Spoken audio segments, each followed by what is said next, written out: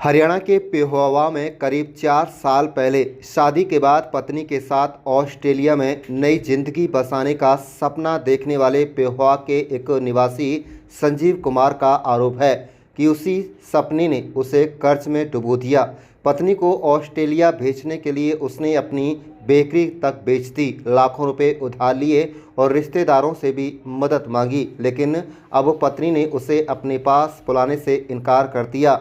संजीव का कहना है कि जिस पत्नी के साथ पूरी जिंदगी बिताने का सपना देखा था, उसने सिर्फ 1 महीने साथ रहने के बाद उससे दूरी बना ली। संजीव के मुताबिक उसकी शादी 30 अक्टूबर 2022 को पास के गांव की युवती से इंटरकास्ट मैरिज के रूप में हुई थी। शादी के बाद दोनों परिवारों को मौजूदगी में सभी रस्में निभाई गई। शादी की शुरुआत दिनों में दोनों साथ रहे। इसी दौरान वह पत्नी को हनीमून पर शिमला और अमृतसर भी लेकर गया। उसे भरोसा था कि दोनों मिलकर विदेश में अपना भविष्य बनाएंगे। संजीव का आरोप है कि शादी के करीब 2 महीने बाद दिसंबर 2022 में उसकी पत्नी ऑस्ट्रेलिया के सिडनी चली गई। जाने से पहले उसने भरोसा दिलाया था कि जल्द ही स्पॉन्सर या जरूरी दस्तावेज भेजकर उसे भी अपने पास बुला लेगी, लेकिन समय बीतता गया और हर बार कोई ना कोई बहाना बनाकर बात टालती गई। 24 लाख खर्च कर पत्नी को भेजा ऑस्ट्रेलिया। संजीव का कहना है कि पत्नी को ऑस्ट्रेलिया भेजने के लिए उसने कुरुक्षेत्र के सेक्टर 10 के एक एजेंट के जरिए करीब 24 लाख रुपए खर्च किए।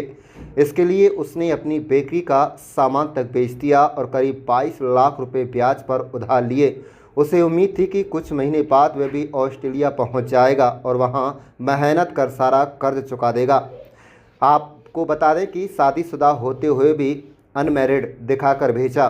संजीव ने आरोप लगाया है कि बाद में उसे पता चला कि उसकी पत्नी के पिता, जो एक बैंक में गार्ड हैं, उन्होंने एजेंट के साथ मिलकर उसकी पत्नी को दस्तावेजों में अविवाहित दिखाकर ऑस्ट्रेलिया भेज दिया, जबकि उनकी शादी पहले ही रजिस्टर हो चुकी थी। उसका यह भी आरोप है कि शादी का रजिस्ट्रेशन किसी तरह रद्द करा दिया गया। विरोध करने पर उसकी पत्नी को सितंबर 2023 में भारत लौटना पड़ा। 10-15 दिन बाद दोबारा रजिस्ट्रेशन कराया और फिर चली गई।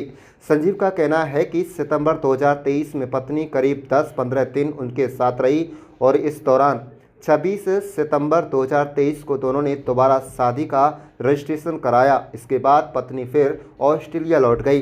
संजीव का कहना है कि इसके बाद भी वह लगातार स्पॉन्सर भेजने की बात करती रही। इस प्रक्रिया में उसके 8 से 10 लाख रुपए और खर्च हो गए, लेकिन कोई नतीजा नहीं निकला।